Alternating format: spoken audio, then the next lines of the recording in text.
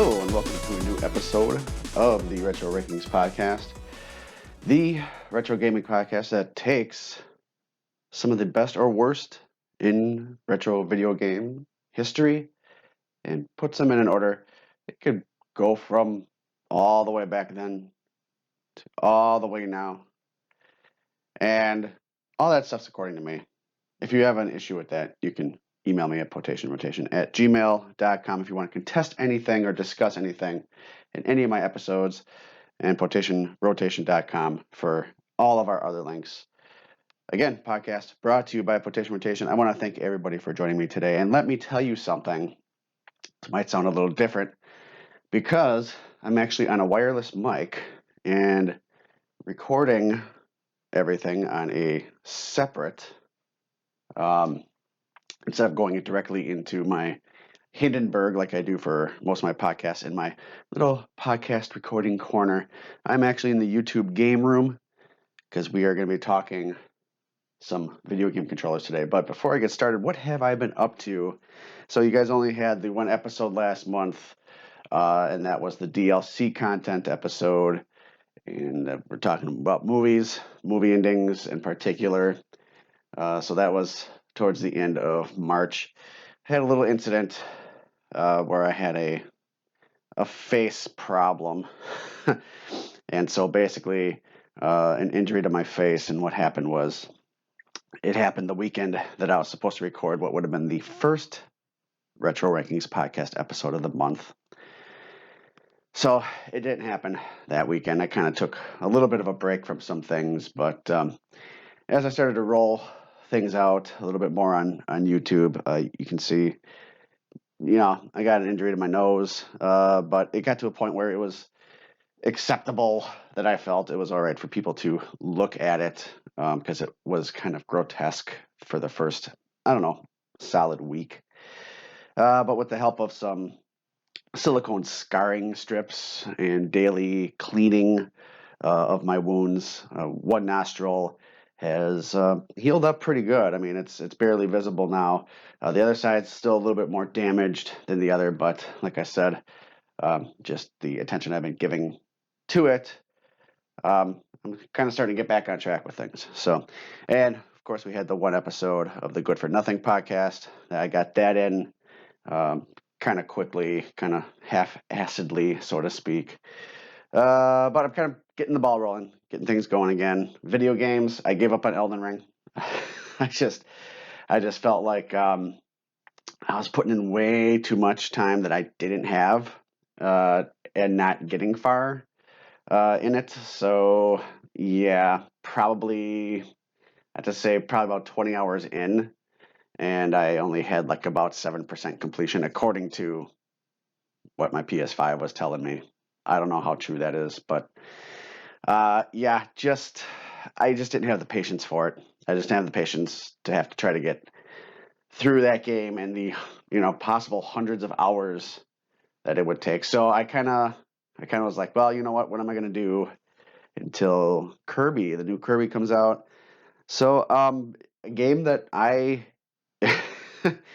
kind of had on the back burner for 4 years or so, and that is the first Horizon game, Horizon Zero Dawn. I've had the complete edition since it came out, and I was not going to play Forbidden West until I played Zero Dawn. So that's what I actually played when I gave up on Elden Ring.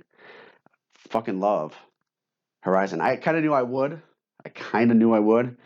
but I'm trying to go back. I'm gonna have to go back and get that done because I didn't finish it because I'm wanting to 100% complete that game. So that's when I want to 100% complete a game, it means I love that game. So I'm gonna need to go back and complete that. But Kirby, boy, this new Kirby. If you haven't gone over to the YouTube, Lacerta Gaming, and see me play a little bit of that, what a welcome, refreshing direction for the Kirby series this game has been. I expected it to be a little bit more open world, more along the lines of Mario 64, or maybe, even Mario Odyssey. I kind of thought that that's what they were going with. It's a little bit more of a Mario 3D world. It's kind of locked into a perspective. You kind of have a certain path to follow, but still, nonetheless, a welcome change for the Kirby series. So having fun with that. After I'm done with that, I'm going to go back and finish Horizon Zero Dawn, and then hopefully pick up Horizon Forbidden West. Gran Turismo 7, for as hyped and looking forward to that game as I was, haven't played it. And quite honestly, haven't heard much about it. I don't know that it's really grasped on with gamers out there. So I'm kind of thinking that because I'm not hearing much about it, haven't heard much about it now for the month, about a month it's been out, that it's probably nothing to write home about, unfortunately. I've seen videos, it looks beautiful, but that's all I know. So here we are today, talking now. We are going to get into today's episode of the Retro Rankings podcast. I'm going to be talking about what I think are the 7 best video game controllers of all time, according to me.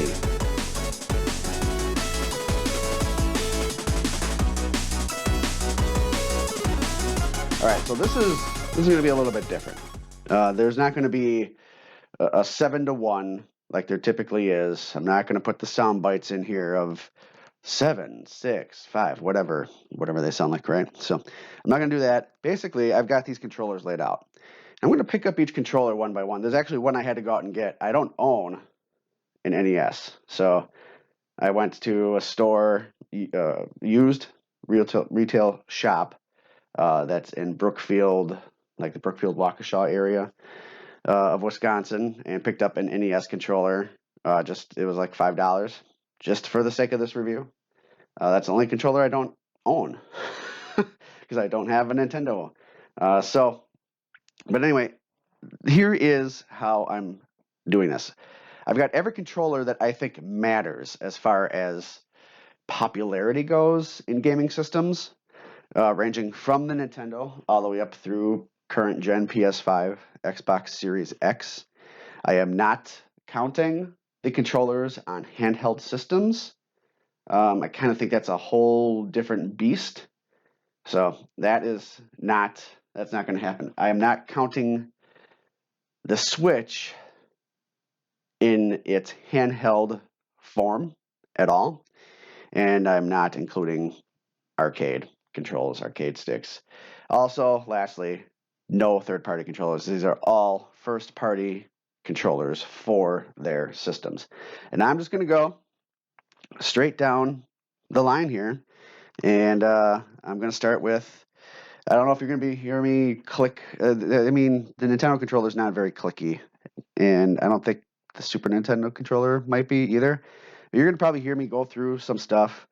I don't have it all laid out. I still have to grab a couple things from a box here. I just don't have the room to lay everything out. But anyway, you might hear me playing around, but not. But NES. I have the NES controller in my hand. I'm not going to be playing any games. I'm standing here, I'm kind of pacing back and forth, kind of just getting the feel, kind of just like, there's not much. I'm basically pressing on the D-pad with my left thumb, and I'm pressing the A and B with my right thumb as the controller kind of rocks back and forth. It's a basic controller. Can't get any more basic, really, than this. Even going back to systems prior to the NES, you're talking things were probably a little bit complicated. Sans an Atari 2600 controller, which was just a stick and a button. But I think about controllers for like Intellivision and for ColecoVision, stuff like that. Things get a little bit more complicated. But anyway, I mean, depends upon how you hold it too. Some people, hold the Nintendo controller kind of like in the palm of their hand, and then they just take their fingers. So they hold it in the palm of their hand, and their 2 fingers on their right hand, if you're right-handed, your index and your middle finger would bash the A and B buttons, and then you kind of just control the D-pad with your left thumb as you cradle it. That's one way, or you just hold it with both hands around the corners. A little sharp, a little boxy. The dog bone controller, which was the second version after the Super Nintendo came out. Dog bone controller was probably a little bit more better on the hands. Actually, probably my more favorite NES controller to use. But hey, it doesn't get more basic than this. it's a fine controller. It does what it's supposed to do. And that's all I have to say about the NES controller. Now, a Super Nintendo controller. That one I have to kind of just get here. Okay, so Super Nintendo controller. We got, this was adding a couple more buttons to it. A, B, X, Y, and the shoulder buttons, left and right, still keeping the start and select. D-pad. D-pad still feels pretty much the same. Buttons feel a little bit better. And of course the shoulder pad, and it's a dog bone style, as that's the terminology that came out. It really is an improvement upon the NES controller. It feels good. Buttons feel good. Honestly, probably a little bit biased. I think it's probably one of the best video game controllers of all time. I'm telling you that right now. But, I mean, we're not done yet. That could change as I do side-by-side comparisons. So the NES controller feels pretty good as well. Okay, so now we're going to go into the Sega Genesis 6 button, which is right here. All right, Sega Genesis 6 button. It's big. It's a little bit bigger than you would expect from a controller back then after so many hours of using a Nintendo, or even, when you get back into it, a Super Nintendo, now that I've just had that in my hand. This is definitely a bigger controller. A little bit light on the outside, but it's curved, it's round, it feels good. The buttons are nice and big.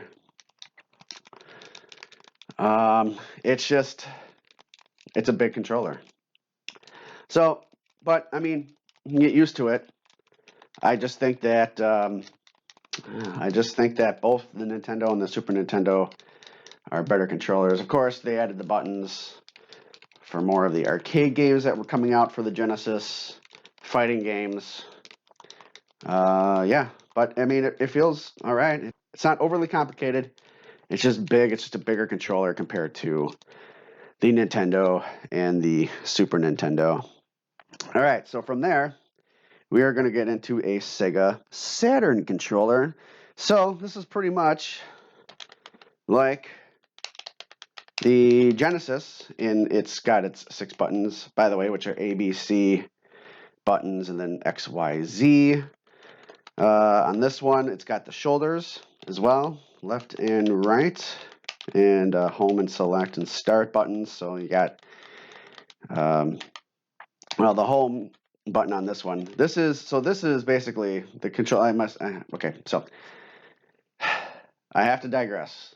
So this Sega Saturn controller I have in my hand is officially licensed Sega, but it is one of their new wireless for the Saturn. So basically you plug a wireless dongle into the front of the Saturn, and you can use this controller, hence the home button. So I just want to throw that out there, but it's still, it's basically the Sega Saturn controller of yore, but only brought up to a wireless update. So it's nice. It's kind of got about the size of a Super Nintendo controller. Parts of the controller at the lower portions that go into the palm of your hands, probably a little bit more pointy than I'd like them to be. Still rounded, but kind of like a little bit of a burden of a round. Still, it doesn't feel bad. It's not a bad controller whatsoever.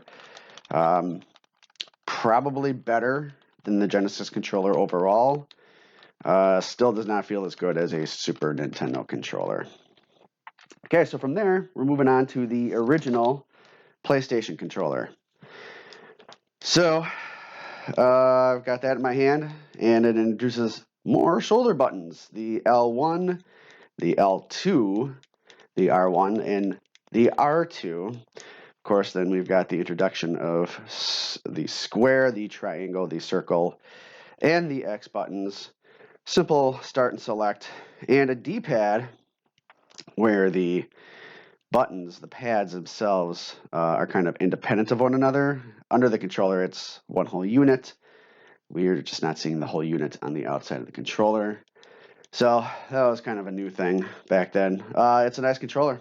I mean, it is really what Nintendo did with the SNES and their controller, stepping it up with more buttons, making it more comfortable.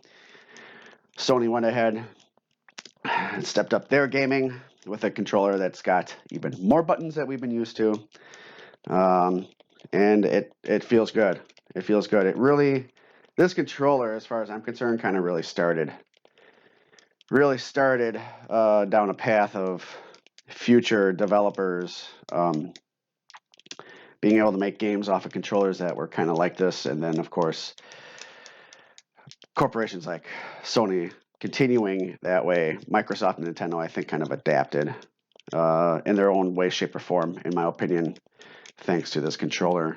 And it doesn't change much. We basically go into the DualShocks, the Sony DualShock controllers that basically started to come out.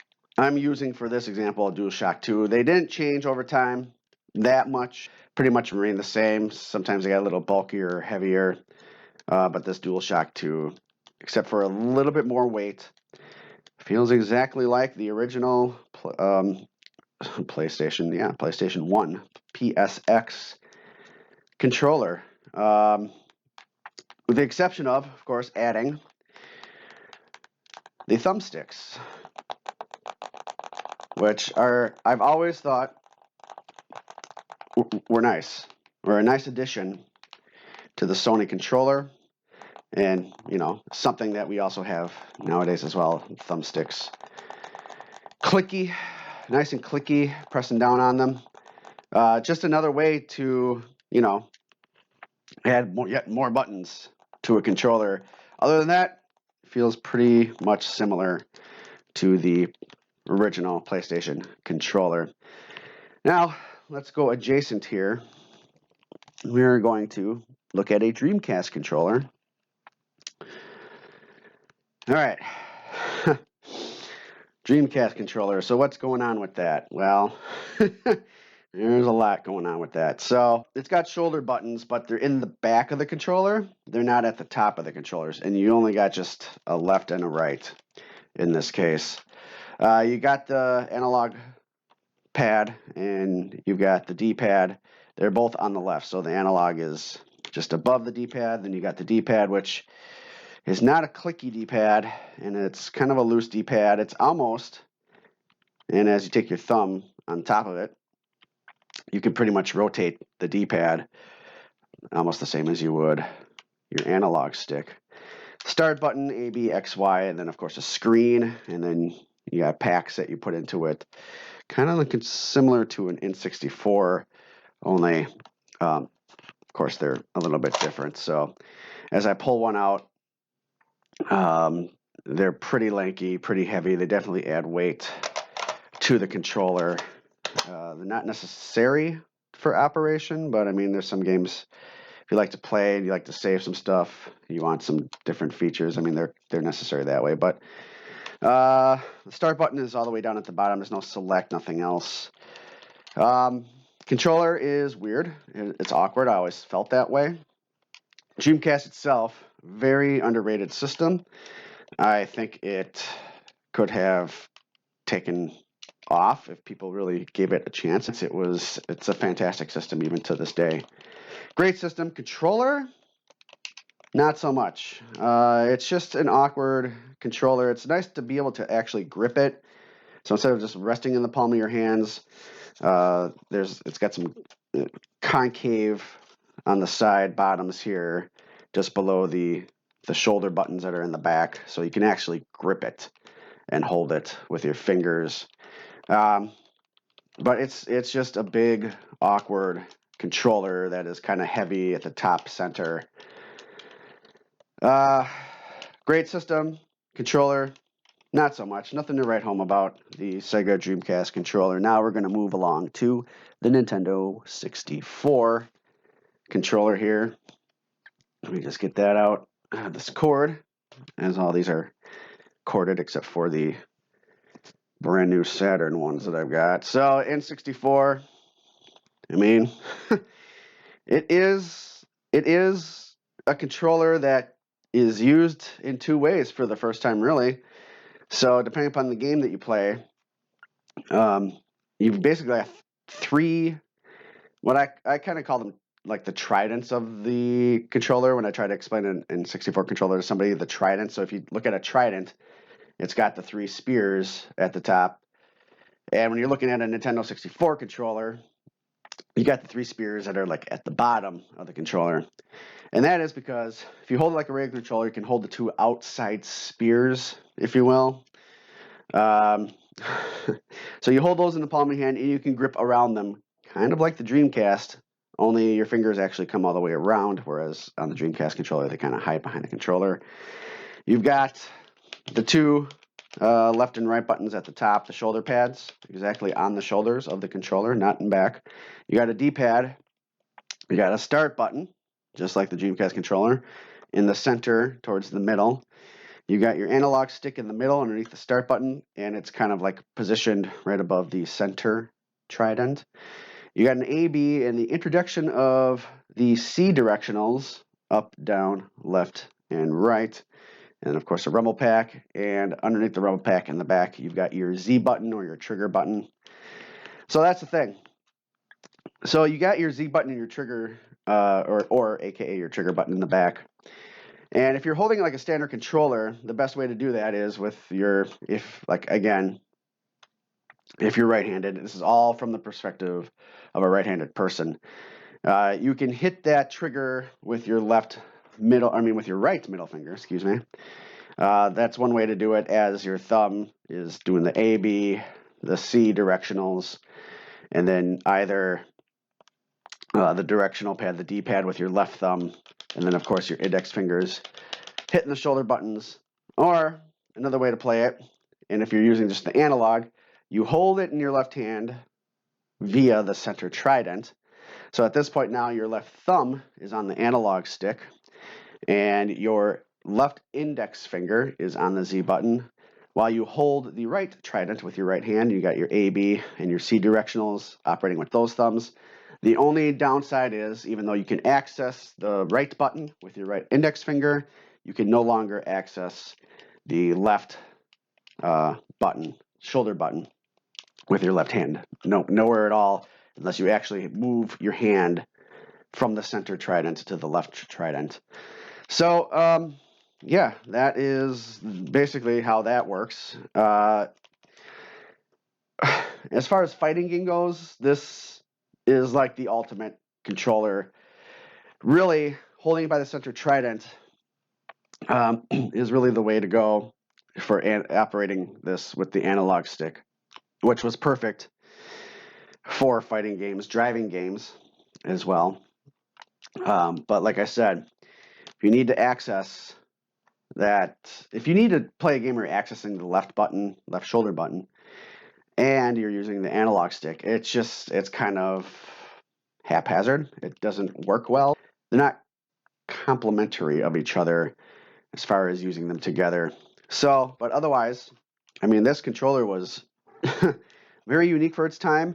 And in terms of comparing it to a Dreamcast controller, which is somewhat similar, the N64 controller is laid out a whole lot better than a Dreamcast controller. It's almost as if maybe, I don't know. I think Sega just got it wrong. I think Sega tried to do something good and got it wrong. And the addition of the C buttons, it's basically just another way of having a 6-button controller, and Nintendo just being kind of creative. Overall, it's a decent controller. N64 controller, not too bad. It's just that with the two different ways of holding it, it just makes using the analog and the left shoulder button a little awkward. So from there, we're moving on to GameCube. Nintendo GameCube, probably considered one of the best controllers ever made. We all know that. It's probably one of the best fighting game controllers ever made. So this is a little complicated to try to describe without showing it to you. So you can hold it in your left and right hand, and it's got some grips. So you stick it in your palms and you can wrap about 3 fingers around those grips. And then just off of the left grip, you've got an analog stick, your left analog stick. And just below and to the right of that, kitty corner or caddy corner, as some regions would say, you've got a D-pad, which is very, very, well, this one hasn't been worked in over the years, so it's still stiff. Still stiff. The D-pad's pretty good. And then opposite that, you got your X and Y and your A and your B buttons. The X and Y are kind of shoulder to the A in a way. They're just off to the side and to the top of the A button, your B button. There's a smaller button that is just to the left of the A button. And then you've got another directional pad, or sorry, another analog stick. That is now the C button of the GameCube. None of them, you can't press in any of those. As far as shoulder triggers, you got your left and your right, and then you also got the Z or trigger that is no longer on the back, but now a shoulder button. So basically you got 3 shoulder buttons, 1 on the left, 2 on the right. This basically they took the N64 controller and fixed it. So, you don't have to, there's only one way to hold this one, right? There's only one way to hold it. Everything works together. Everything works very well. Everything is just within reach. You only have to worry about, your D-pad and your analog with your left thumb. And what's nice about the trigger buttons is you're resting your fingers within them.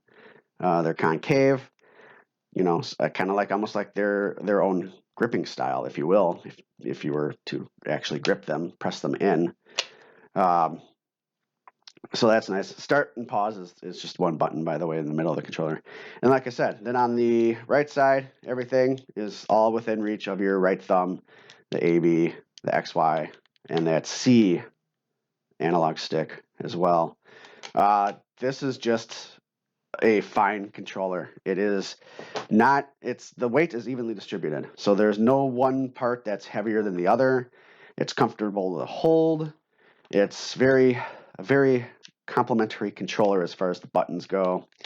Nice and clicky. And in my head, I'm sitting here, by the way, as I press these buttons, just running certain games through my head, for example, some Smash Brothers in this case, and just like knowing how responsive these controllers are, especially controllers that still were wired. No lag, but the GameCube controller is probably one of the finest controllers ever made. So that's definitely going to be top on my list. So GameCube, there we go, done with that one. Let's move on, get a little bit more complicated with the Nintendo Wii. We're going to do 2 things here, I think. So I've got a Wii controller that you would plug into the nunchuck. Let me just grab a nunchuck here. Not a nunchuck. I get these confused all the time. The nunchuck was a little thing with the couple buttons on it, which I'll explain in a second. But the Wiimote is what I'm talking about. So we're going to plug the Wii controller into the Wiimote. So here's the thing. You had to, in order to get to a game where you're using the Wii controller, you still had to use the Wiimote for navigation. So you basically, you're using 2 controllers. You're starting a game with 1 controller and then going to use the other. And because it's wired, it's not a very long wire. I'd say it's probably about, 2.5, 3 feet, 3 feet maybe. You got to keep that Wiimote close to you in order to use the Wii controller. So the Wii controller has got this going on. It's got a left and right button. It's dog bone style, sort of in a way that a Super Nintendo is. That's the closest type of controller I could probably compare this to. But the design is way worse. So you got your left and your right, and then you got a ZL and a ZR as well. And those are inset. So like the ZR is right to the right of the left button, and the ZR is right to the left of the right button. And then there's a center button that I'm not even sure what that's for anymore. I just don't ever remember pressing that center button on anything.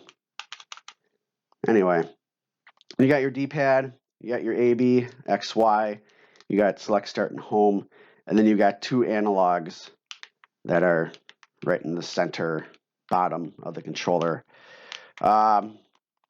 It's like they tried to make a Super Nintendo controller with some more buttons and just shittier. I wouldn't even consider this a good controller. It's just a basic standard controller that they came out with for use when you're playing probably some of the virtual console games. It wasn't really conducive to playing actual Wii titles. So it's okay. It's not that good. So I'll unplug that, plug the nunchuck into the Wiimote. Stick that in there. Okay. So the Wiimote, in a way, will kind of cover the Wii U as well, since they're almost the same thing. And they use the same controllers basically. So, but the one that I've got, the Wiimote that I've got, it's got that additional pack plugged into it. I don't remember. It's been a while since I played it.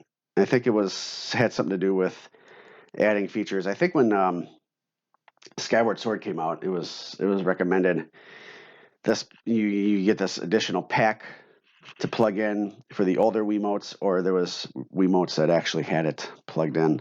If I take the slipcover off, I know that it's got what it's called on it, but I don't want to take the slipcover off. It's galvanized rubber and it's a pain in the ass. So, of course, this was very inventive at the time this came out. This was huge, and being somebody that is right-handed, it was always easier for me because it was less buttons to hold the nunchuck in my left hand and control with my left hand, because my left hand has less to do, really, as far as inputs go. There's 3 buttons on the nunchuck. You got your analog that you're using with in my case, I don't know, this is interesting. This is really interesting to talk about because I don't know how many left-handers or right-handers decided how to use what, like hold what in what hand. For me, it was easier to do this in my left hand with the nunchuck. So, and then you've got, I guess you can call them shoulder buttons, but there's no shoulder on the nunchuck. They're just at the kind of like the top, the back of it. You've got your C button and you've got your Z button, aka your trigger button. And then, your Wiimote, you got your D-pad at the very top. You got your A button. You got a plus and minus, and in between those two, a home. It's got its own speaker on it too, which was kind of creative at the time. And then a 1 and 2 button. So the reason why I would hold the Wiimote in my right hand is because for the most part, I was almost always moving my character just with my left thumb, which is like how I would on a standard controller, right? Everything that you're doing with either the D-pad or an analog stick is always going to be with your left thumb. So it made sense that the nunchuck would be in my left hand and then the Wiimote in my right hand, as I may or may not use that. Oh, by the way, there's a trigger button on the back of the Wiimote that I forgot about as well. That button doesn't have a label because they already used the Z button label on the nunchuck. It's just, I don't know, like a back trigger button. So as you use the D-pad and the A button with your right thumb. So as creative as this whole setup was, it's still, and being wireless, except for having this wire run between the two devices. I can't say it's awkward. It's just that it's unique. I mean, it really was just, it's so much different. It's so much different of an experience than holding your standard controller in your hand. So, yeah, I don't know where exactly to put this one just yet. It's its own thing. It really is. I can't really compare it to anything else, but the Wii/Wii U, Wiimote, nunchuck, and controller. And from there, let's see, where can we move on to next? You know what? Let's move on to a Nintendo Pro Controller. So, Nintendo Pro Controller pretty much hasn't changed since the Wii U. I don't know if the Wii had a Pro Controller. If it did, I never had one. But I had the Wii U Pro Controller, pretty much the same controller. The only difference is, and I'm not going to get the Wii U one out, which I'm looking at it. I can see it from here. The only difference is the analog buttons are shifted, but otherwise it still has the same, basically standard buttons and shoulder buttons, and the Wii U Pro Controller is a little bit bigger and a little bit sleeker. But other than that, I'd have to say that the Wii U controller compared to the Switch Pro, just by looking at it, probably not as good. Not as good of a design, especially with the analog sticks all the way up at top. That's just really weird. So, Switch Pro Controller. So as I look at it, it kind of has that PlayStation DualShock type of vibe going on. Like I said, kind of like how I think the other game manufacturers kind of borrowed off of it. So you got the points coming out at the bottom that you can grip onto, wrap your fingers around, just like with the PlayStation. You kind of like got 3 fingers showing up at the bottom there, wrapping around. But it's really where it starts to kind of take shape, and same can be said when we get to the Xbox. Is the center. The center isn't as concave. There's a little bit more meat in the center of these controllers. So as I look at it, you got your 2, what is now standard, pretty much shoulder buttons. In this case, you've got your ZR, your R, your ZL, and your L. You got a plus and minus, a home button, and a button for photo capturing, A, B, X, Y, and you got 2 clicky analog sticks. The ones on the left, not all the way at the top, a little bit more flush towards the center of the controller. And just below to the right of that, you got your D-pad, which is nice and clicky and responsive. And then immediately to the right of that is your other analog, your other clicky analog, which is also kind of to the bottom left of the ABXY buttons. So very friendly. Every button, the button layout in this controller is very friendly. And this is a very good controller, very nice and solid. Honestly, it doesn't really get much better than a Switch Pro controller, in my opinion. And as I press the buttons, it's trying to turn my Switch on. Yeah, I mean, it's standard. Everybody should pretty much know how these controllers nowadays work. There's nothing fancy about it. It's just how they're made nowadays for the most part. And so like that, Xbox. So an Xbox controller, they've gotten better over the years. I'm not going to go all the way back to an Xbox One or anything like that, or an Xbox 360. I'm just going to go up for the straight up Elite controller, Xbox Elite controller. It is pretty much like a Switch controller, only it feels it's a little bit of a thicker boy around where you grip. You got the same buttons going on, only they're labeled a little bit differently. So when you're playing games on an emulator and you have a third-party controller, depending upon if you're playing a Nintendo versus a Microsoft game, or for that matter, PlayStation, I guess you can throw that in there as well. The ABs and the XYs are reversed.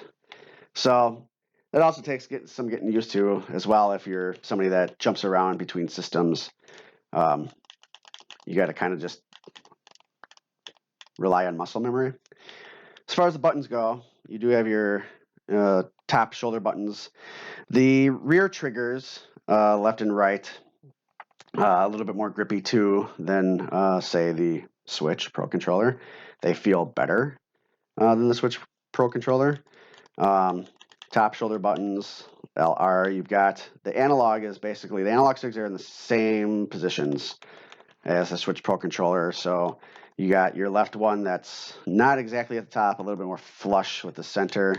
And you got your D-pad, which is instead of the traditional Nintendo ones with the cross and the arrows, this one feels more like a true 8-way than that one. So that's a plus. That's a step up. And then you got your analog to the right of that as well. Very clicky, A, B, X, Y, just above and to the right.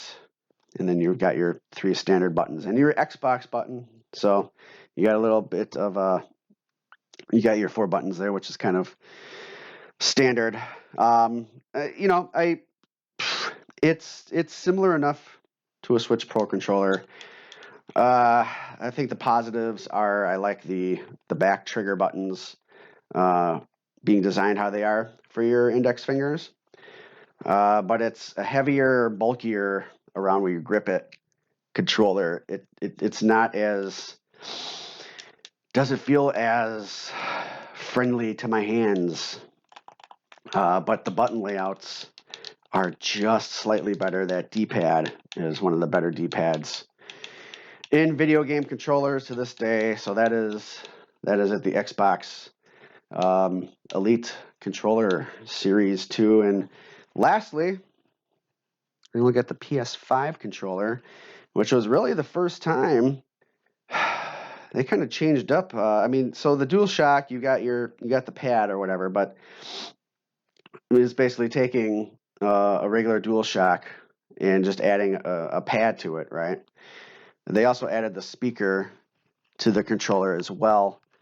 As I look at the Xbox one, I wasn't even sure if there was a speaker on there. Doesn't appear as if there's a speaker. I don't think I've ever even noticed. Definitely you can notice the speaker on the PlayStation controller, PS5. But they really, you take a DualShock controller, you add that pad to it. It's still a DualShock controller with like the center pad. But I mean, this was just the PS5 controller was just a complete redesign, overhaul of their controllers, kind of making it a little bit more closer to like what Microsoft does with their controller. Only I don't like it as much. So let's review. You got your L1 and your L2 and your R1 and your R2 as your shoulder buttons. And those back shoulder buttons, those back trigger buttons, slightly concave, slightly index finger friendly, not as friendly as Xbox. You've got your PS button right in the middle underneath the speakers. Above the speakers is your big trigger pad. Your D-pad is a little bit more along the lines of a traditional PlayStation D-pad, kind of like Nintendo, I guess you could say, only the entire D-pad's not exposed. Like I said, going back to the original PlayStation controllers, the D-pad is underneath the controller. You're just basically getting the arrows. And then you got your analog sticks, which are nice and thumb friendly. They're not offset like a Switch Pro controller or the Xbox controller. They're just right in the middle, right next to each other on each side of the PlayStation logo. So that's kind of nice in a way, except that you're stretching your thumbs a little bit more towards the center of the controller. Then you got, of course, your square, triangle, circle, X buttons. And then you got 2 complementary buttons on the side of the pad. It's nicely weighted. Feels more along the lines of a Switch Pro controller. Overall, it's a solid controller. I think it does some things well. It's like taking the best of a Switch Pro controller and the best of an Xbox Elite, but there's just some things that are still off about it. Of course, like I said, I'd rather have a D-pad that feels like a true directional pad there. I think that's something that they could have redesigned. And I still like how on the Xbox Elite and the Switch Pro controller, the analog sticks are a little bit more off center. They're not directly in the center. And I think that's a little bit more comfortable. So, but overall, it's a pretty solid controller. So I've taken a look at a lot of controllers. And so this is what I'm going to do. I already gave my thoughts on each of them. I'm just going to go ahead and run down what I think out of all those controllers are the top 7. I'm going to go ahead and toss, as inventive as it was, I'm going to just go ahead and toss the Wii Mote Nunchuck controller control pad. I think they called that the classic controller, didn't they? Or something like that. I'm going to throw that all the way to the bottom. All the way to the bottom. But I'm going to actually start with number 1 this time. My most favorite, bestest controller, and work my way to the what I think is the worst. Now, these are just 7. So even the 7, I wouldn't say is a bad controller. It's just compared to the other 6, it is the worst, right? So number 1 is going to have to be the Super Nintendo controller. Hands down, it's a classic. It improved upon the original Nintendo controller. It wasn't as bulky as a Genesis controller. It was able to add a little bit more options as far as buttons go, and it was much more comfortable and lightweight. It's simplicity. It really is. It does not get much better than the Super Nintendo controller. Super Nintendo controller is number 1 on my list today. The number 2 on my list is a controller that started it all, in my opinion. Again, it's another classic. That's what I go for. So it basically took gaming to a whole nother level. You got more options for inputs, and it made it comfortable to do. And that's the classic Sony PlayStation controller. The PS1, the PSX controller is number 2 on my list. Number 3 is going to have to be the Xbox Elite controller. As far as, I guess, modern gaming goes, I feel like it's the perfect controller. I even picked it up again just to talk about it. It's really that true 8-way directional pad, and the offset analog sticks, and the fact that those 2 back shoulder trigger buttons on the left and the right, how they're kind of concave, are very index finger friendly. That sells it. Those points right there sell it. Modern gaming controllers go. As far as that goes, the Xbox Elite is number 3 on my list, followed closely by what is number 4 on my list. That's going to be the Switch Pro controller. Switch Pro controller. Take what I said, basically, kind of about the Elite controller. The only difference is the reason why it takes a drop is those shoulder buttons, not as index friendly.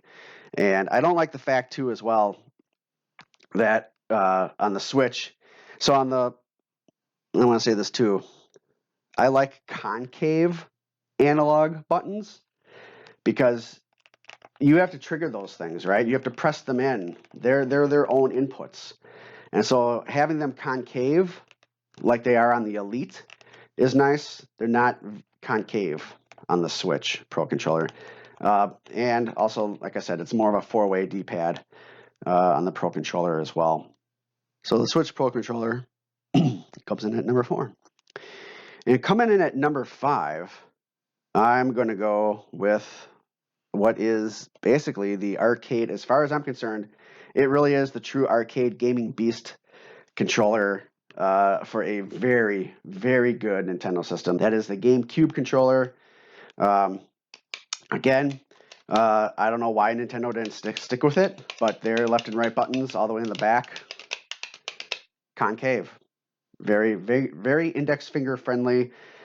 Just the button layout and how it feels and how it grips, and it's nice and evenly weighted. It's not heavy at all. I mean, it's really the perfect arcade gaming controller, and it's no wonder that when Nintendo releases certain games, even now for the Switch, you have the option of going wireless with a GameCube. I'm using a GameCube, an actual GameCube controller for the GameCube. It's got the wire and everything, but it's even nowadays the fact that you have a wireless option, that Nintendo realizes that this is a fan favorite. GameCube controller is number 5 on my list. Number 6 on my list is going to be the PS5 controller. Hands down, one of the better controllers. Unfortunately, not the best of modern gaming. As I said, basically take the gripes that I had for the Switch Pro controller, and because of where the D-pads are, that just bumps it down. I do like the fact that it's got a speaker on it, but the speaker, that's a nice addition, but the speaker doesn't help as far as your inputs go. It's just an aside. So it has nothing to do with my rating whatsoever. They try to make the analog sticks somewhat concave. I mean, they're kind of concave, but then in the center, they kind of come up a little bit. They're a little bit raised. It's a little heavy. It's a little bulky. Like I said, kind of like when you're gripping it on the sides like that. But overall, it's a better controller than the ones that aren't making the list. So PS5 controller is number 6. And then, of course, number 7, like I said, I dropped that to the end, which means everything else, Dreamcast, what else did I have left over? The N64, the